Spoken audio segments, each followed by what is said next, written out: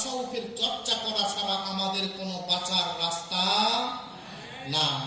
বলবেন কি করে না? দেখেন, কারামত আলী জনপুরি রহমাতুল্লাহ আলাইহি হুজুর ছিলেন উর্দু ভাষী মানুষ। আমার কথাটা একটু বুঝবেন বাবা, আমি দীর্ঘ কথা বলবো না, একটু বুঝবেন। কারামত আলী হুজুর ছিলেন উর্দু ভাষী মানুষ, তার কাছে মানুষ কালেমা করে মুসলমান হয়েছে, কিন্তু হুজুরের ওয়াজ নসিহতের দ্বারা সাধারণ মানুষ দ্বীন ধর্মের প্রকৃত শিক্ষা লাভ করতে সুযোগ তারা পায়। উর্দু ভাষীর কথা বাংলা ভাষী মানুষ সব বুঝবো আমরা। এই অবস্থায় তিনি 2 কোটি মানুষকে মুসলমান করে গেলেন।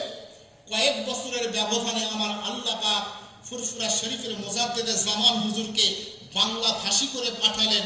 মুজাদ্দিদে জামান পীর আবু বকর সিদ্দিকী হুজুর আর তার 561 জন খলিফার মাধ্যমে আল্লাহ পাক সারা এই বাংলা ভারত আসামকে আমার আল্লাহ পাক মুসলমানদেরকে খাঁটি ইমানদার বান্দায় তারা পরিণত করেছেন। বলুন না সুবহানাল্লাহ।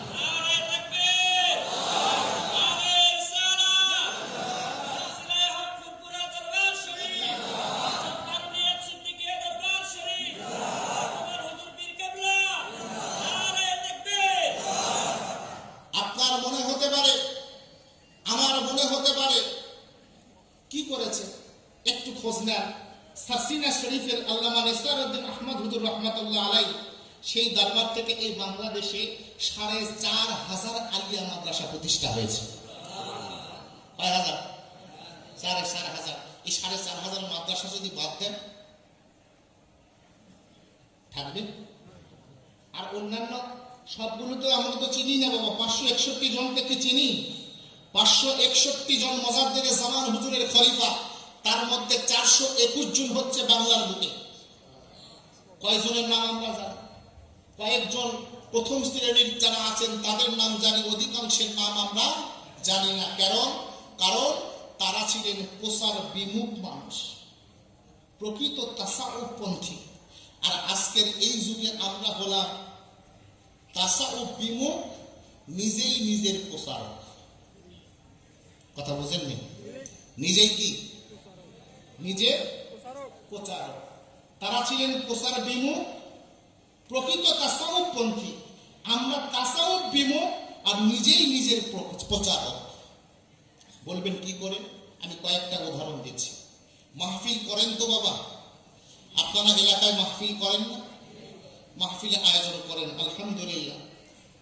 আচ্ছা, আমি কয়েকটা উদাহরণ দিই। 5 লাখ টাকা খরচ করে হজ করতে গেলাম, কাবা বাইতুল্লাহ জিয়ারত করতে গেলাম। ভালো করে কথাটা বুঝবেন। বাইতুল্লাহ শরীফ তাওয়াফ করতে করতে মোবাইলে ছবি তুলছি। মনোযোগটা আল্লাহর দিকে, কাবা ঘরের দিকে না মোবাইলের দিকে? বুঝবেন, বুঝে শুনে জবাব দেবে। মোবাইলের দিকে না আল্লাহর দিকে? মোবাইলের দিকে মনোযোগ করে যদি তাওয়াফ করা হয়, সেই তাওয়াফটা আল্লাহর জন্য তো নাকি? কার জন্য? মানুষের জন্য। আবার দেখেন, আমি আপনাদেরকে শুনিয়ে বিদায় নেব। খুলে দেখুন ইমাম তিরমিজি রাহমাতুল্লাহ আলাইহি লেখা জামে তিরমিজি কিতাবখানা খুলে দেখুন হযরত সুফাই আল আশবাহি রাদিয়াল্লাহু তাআলা আনহু আল্লাহর নবী আল্লাহর রাসূল সাল্লাল্লাহু তাআলা আলাইহি ওয়াসাল্লামের মদিনা মুনাওয়ারায় রওনা দিয়ে দিলেন। মদিনা মুনাওয়ারায় রওনা দেবার পরে হযরত সুফাই আল আশবাহি রাদিয়াল্লাহু তাআলা আনহু দেখতে পেলেন মদিনা মুনাওয়ারায় একজন বড় আল্লাহ পাকের আলেম বান্দা বসে আছেন, আর মানুষ অনেকগুলো মানুষ তাকে চতুর্দিক থেকে ঘিরে রয়েছে।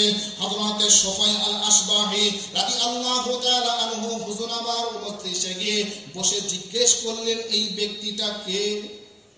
যিনি ওয়াজ করছেন, এই মানুষটা কে? একজন বলল, চিনো না? এই মানুষটা হচ্ছে আল্লাহ রাসূলের সাহাবী, সবচেয়ে বেশি হাদিস জাননেওয়ালা সাহাবী হযরত আবু হুরায়রা রাদিয়াল্লাহু তাআলা। সবচেয়ে কি? আবু হুরায়রা রাদিয়াল্লাহু তাআলা আনহু রাসূলুল্লাহর হাদিস জানেন, তিনি হাদিস বর্ণনা করছেন। তাবি হযরত সুফাই আল আশবাহি রাদিয়াল্লাহু তাআলা আনহু হুজুর আমার যখন হযরত আবু হুরায়রা রাদিয়াল্লাহু তাআলা আনহু মজলিসটাকে ভেঙে দিলেন, মজলিস থেকে উঠে দাঁড়িয়ে গেলেন, হুজুর আমার ঘরে ঢুকে বসলেন। সুফাই আল আশবাহি আবু হুরায়রার দরবারে গিয়ে বলছে, হুজুর আমি আপনার কাছ থেকে একখানা হাদিস শুনতে চাই হুজুর। একখানা হাদিস আপনি বর্ণনা করবেন, যে হাদিস খানা স্বয়ং আপনি হাবিবুল্লাহ নবী মুহাম্মদুর রাসূলুল্লাহ সাল্লাল্লাহু তাআলা আলাইহি ওয়াসাল্লামের নূরের জবানেতে বলতে শুনেছেন। আর আপনি আপনার কান মোবারক দিয়ে যে হাদিস খানা শুনেছেন, এমন একটা হাদিস আপনি আমাকে বর্ণনা করে শোনান, যাতে আমি গিয়ে দুনিয়ার অন্যান্য উম্মাতিকে ওই হাদিসটা বর্ণনা করে শোনাতে পারে। আল্লাহ পাকের নবীর সাহাবী হযরত আবু হুরায়রা রাদিয়াল্লাহু তাআলা আনহু হুজুর আমার বললেন, শোনো শোনো ও আল্লাহর নবীর উম্মাতিরা শোনো, আমি আবু হুরায়রা, আমি আমার হাবিবুল্লাহ নবী মুহাম্মদুর রাসূলুল্লাহ সাল্লাল্লাহু তাআলা আলাইহি ওয়াসাল্লামের নূরের জবান দিয়ে বলতে শুনেছে। এতটুকু কথা বলবার সঙ্গে সঙ্গে হযরত আবু হুরায়রা রাদিয়াল্লাহু তাআলা আনহু হুজুর আমার অজ্ঞান হয়ে পড়ে গেলেন। অজ্ঞান হয়ে পড়ে গেলেন। একটু পানি আনা হলো, হযরত আবু হুরায়রা হুজুরের চেহারা মোবারকে ছিটা দেওয়া হলো। হুজুরের জ্ঞান খানা ফিরে এসেছে। ফিরে আসবার পরে হুজুর আমার বলছে, শোনো শোনো, আমি আমার প্রিয়তম হাবিব, আমি আমার প্রিয়তম বন্ধু নবী মুহাম্মদুর রাসূলুল্লাহকে বলতে শুনেছে। আমার হাবিব আমাকে জানিয়েছেন। কথাটা বলবার সঙ্গে সঙ্গে আবারও হুজুর আমার অজ্ঞান হয়ে পড়ে গেলেন। আবার চেহারা মোবারকে পানি দেওয়া হলো। আবার চেহারা মোবারকে পানি ছেড়ে দেওয়ার পরে হুজুরের জ্ঞানটা ফিরে এসেছে। এবার হযরত আবু হুরায়রা বলতে লাগলেন, শোনো শোনো, আমার প্রিয়তম বন্ধু, আমার প্রিয়তম হাবিব, আমার নবী মুহাম্মদুর রাসূলুল্লাহ ইরশাদ করেছেন। বলবার পরে আবারও হুজুর আমার অজ্ঞান হয়ে গেল। আবারও কিছুক্ষণ অজ্ঞান থাকবার পরে পানি ছিটা দেওয়া হলো। রাবী বর্ণনা করেছেন ৩ বা ৪ বারের মতন হযরত আবু হুরায়রা হুজুর অজ্ঞান হয়ে গেলেন। জ্ঞান ফেরবার পরে হুজুর আমার বলতে লাগলেন, ও আল্লাহর নবী সাহাবীরা, সাহাব দুনিয়ার উম্মাতিরা শুনে রাখুন। আল্লাহ পাকের নবী সাহাবী হযরত আবু হুরায়রা বলতে লাগলেন, দুনিয়ার মানুষ শুনে রেখে দাও, আমার নবী জানিয়ে দিয়েছেন, আমার আল্লাহ রব্বুল আলামিন সর্বপ্রথম কিয়ামতের ময়দানে যখন জাহান্নামটা উদ্বোধন করবেন, ৩ শ্রেণীর মানুষ দিয়ে সর্বপ্রথম জাহান্নামটা আমার আল্লাহ উদ্বোধন করবে। ৩ শ্রেণীর মানুষ জাহান্নাম উদ্বোধন হবে, ৩ শ্রেণীর মানুষকে। সোফায় আলা সুবাহি জিজ্ঞেস করলেন, হুজুর বলেন কোন ৩ শ্রেণীর মানুষ? আবু হুরায়রা রাদিয়াল্লাহু তাআলা আনহু হুজুর আমার বলতে লাগলেন, ১ নাম্বার হচ্ছে আমার আল্লাহ তাআলা আলেম বান্দাকে দিয়ে আমার আল্লাহ জাহান্নাম উদ্বোধন করবে। আলেমকে দিয়ে আমি ওয়াজ করি, আমি কথা বলি, আমার ভিডিও করে প্রচার করতে হবে, আমার টাকা দিয়ে পোস্ট বুস্ট করতে হবে, আমাকে দাওয়াত পেতে হবে, দাওয়াত পাওয়ার পর ওয়াজ হাদিয়া পাওয়ার মাধ্যম বানাতে হবে। তোমার মধ্যে দিন আছে? তোমার মধ্যে ধর্ম আছে? কিভাবে শেষ করছি আমরা? হযরত আবু হুরায়রা রাদিয়াল্লাহু তাআলা আনহু বললেন, আলেম বান্দাকে যখন জাহান্নামে দেওয়া হবে, আলেম বান্দা আমার আল্লাহকে বলবেন, আল্লাহ আমি তো আপনার আলেম বান্দা, আমি বড় জান্নাতওয়ালা, আপনি আমাকে, আমি আলেম, আমাকে কেন জাহান্নামে দেবেন? আমার আল্লাহ পাক আলেম বান্দাকে জিজ্ঞেস করবেন, হে আমার আলেম বান্দা বলো, আমি আল্লাহ পাক দুনিয়াতে তোমাকে বড় ইলম দান করেছিলাম, আমি দুনিয়াতে আল্লাহ পাক তোমাকে বড় কিতাবের জ্ঞান দান করেছিলাম, বলো তুমি সেই কিতাবের জ্ঞানটা দিয়ে কি করেছো? আলেম বান্দা জবাব দেবে, আল্লাহ ওয়া আমার রব্বুল আলামিন, দুনিয়াতে আপনি আমাকে ইলম দিয়েছিলেন, ওই ইলমটা দিয়ে দুনিয়ার মানুষকে আমি বড় ওয়াজ নসিহত করেছি, মানুষকে বড় সতর্ক করেছি, জাহান্নামের থেকে জান্নাতের দিকে টেনেছি, আপনার মহব্বত ভালোবাসার শিক্ষা তাদেরকে দিয়েছি। আমার আল্লাহ রব্বুল আলামিন ওই আলেমের মুখের জামাতটাকে কেড়ে নিয়ে আলেমের মুখের উপর ছুঁড়ে মেরে দিয়ে আমার আল্লাহ বলবেন, না না না না না, তুমি এই জন্য আলেম ইলমটা তুমি কাজে লাগাও নাই। আমি আল্লাহ পাক বলে দিলাম, দুনিয়াতে তোমাকে ইলম দেওয়া হয়েছিল, কিন্তু তুমি ওয়াজ করেছিলে, এই কারণে মানুষ যেন তোমাকে বড় বক্তা বলে। বুঝতে পারেননি কথা? মানুষ যেন তোমাকে বড় বক্তা বলে, মানুষ যেন তোমাকে বড় কারি বলে। তুমি কোরআন তেলাওয়াতটা বড় সুন্দর করে করতে, কোরআন তেলাওয়াতটা বড় সুন্দর।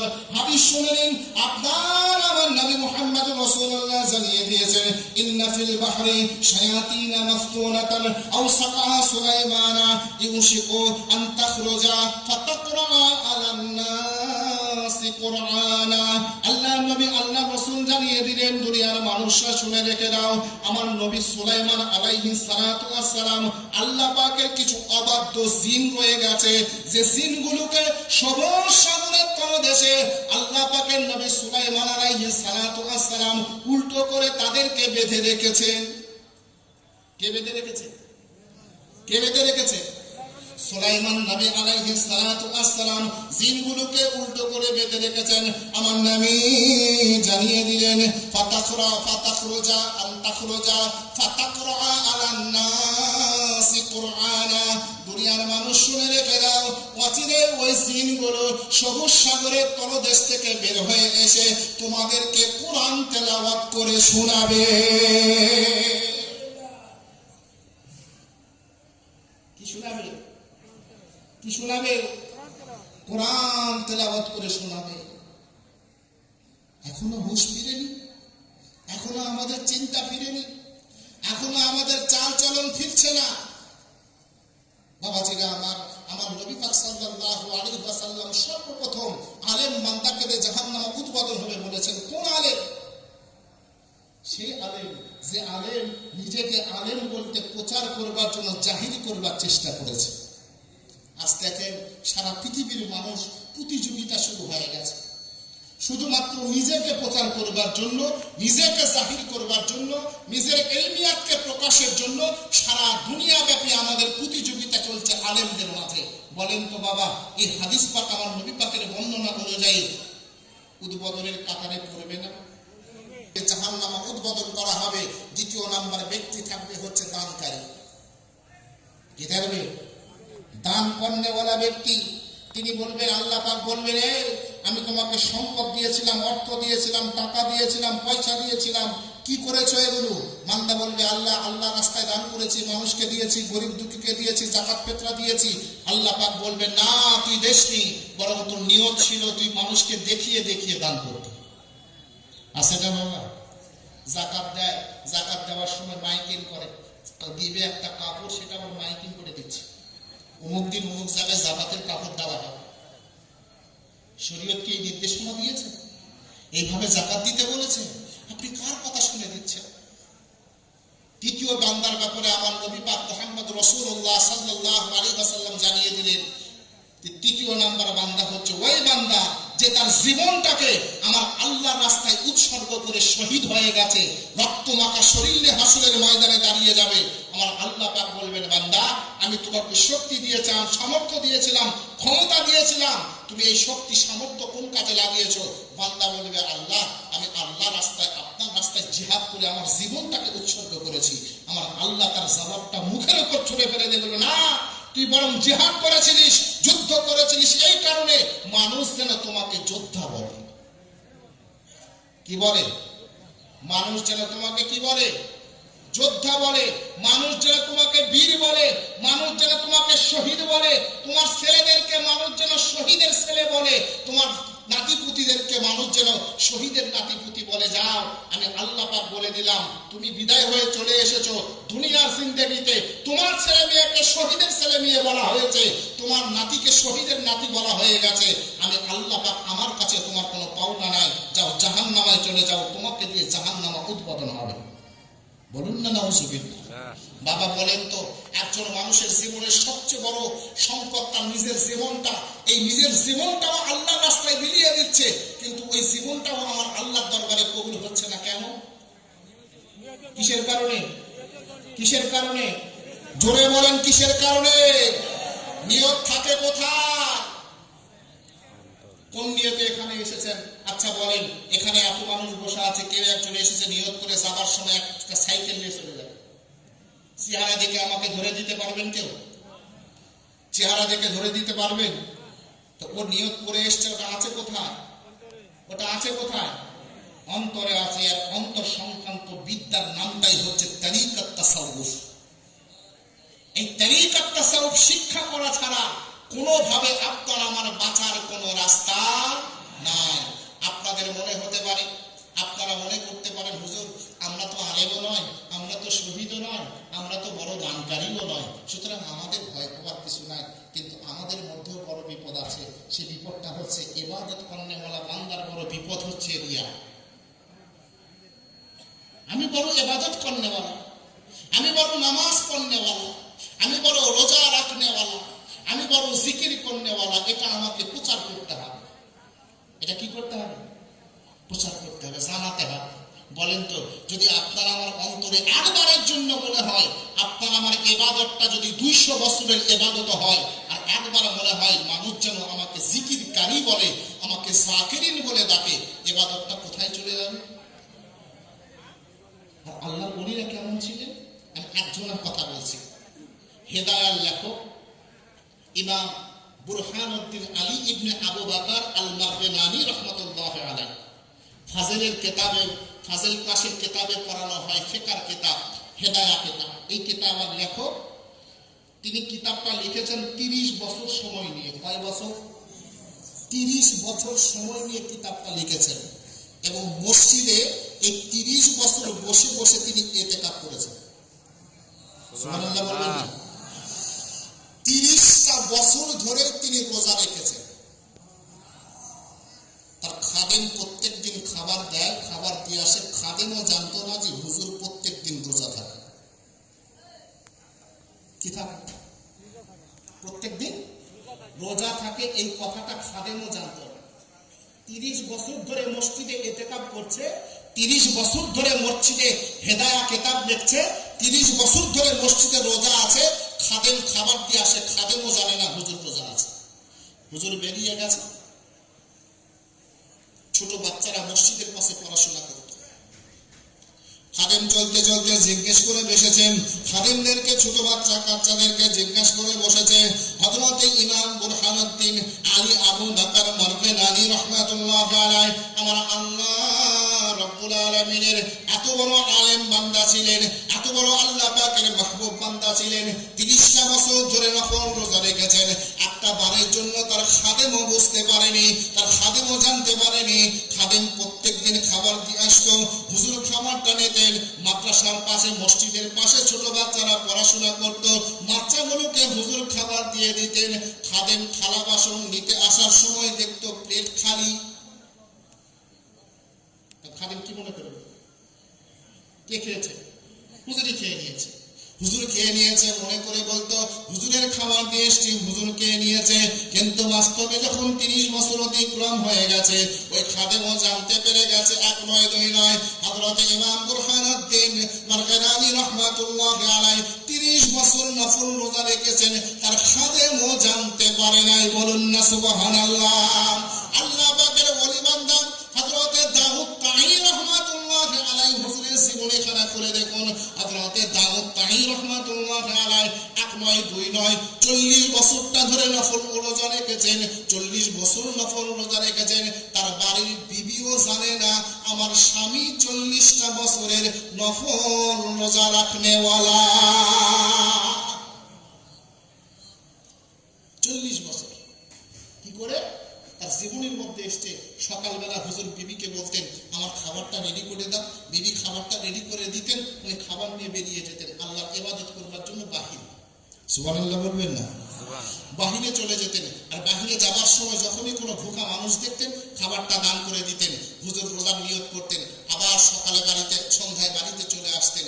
এইভাবে 40 বছর অতিক্রম করে গেছে। একটা বারের জন্য বাড়ির মানুষ, তার বিবি পর্যন্ত জানতে পারেনি যে 40 বছর রোজা রাখনেওয়ালা। আমরা তরিকত তাসাউফপন্থীগণ হাসির ছলে হলেও, খেয়ালের ছলে হলেও আমরা নিজের ইবাদতের বিষয়টা অনেক সময় প্রকাশ করে ফেলি। ছাড়া আমাদের নাজাতের কোনো রাস্তা নাই। আমল বিশুদ্ধ করতে গেলে, আপনার আমার ইখলাসপূর্ণ আমল করতে গেলে আল্লাহ পাকের মাহবুব বান্দাদের অনুসরণ করতে হবে। আল্লাহ পাক রব্বুল আলামিন আমাদেরকে সে তৌফিক দান করুক। সকলে বলুন আল্লাহুম্মা আমিন। আপনারা শুনেছেন এই মাহফিলটি আমাদের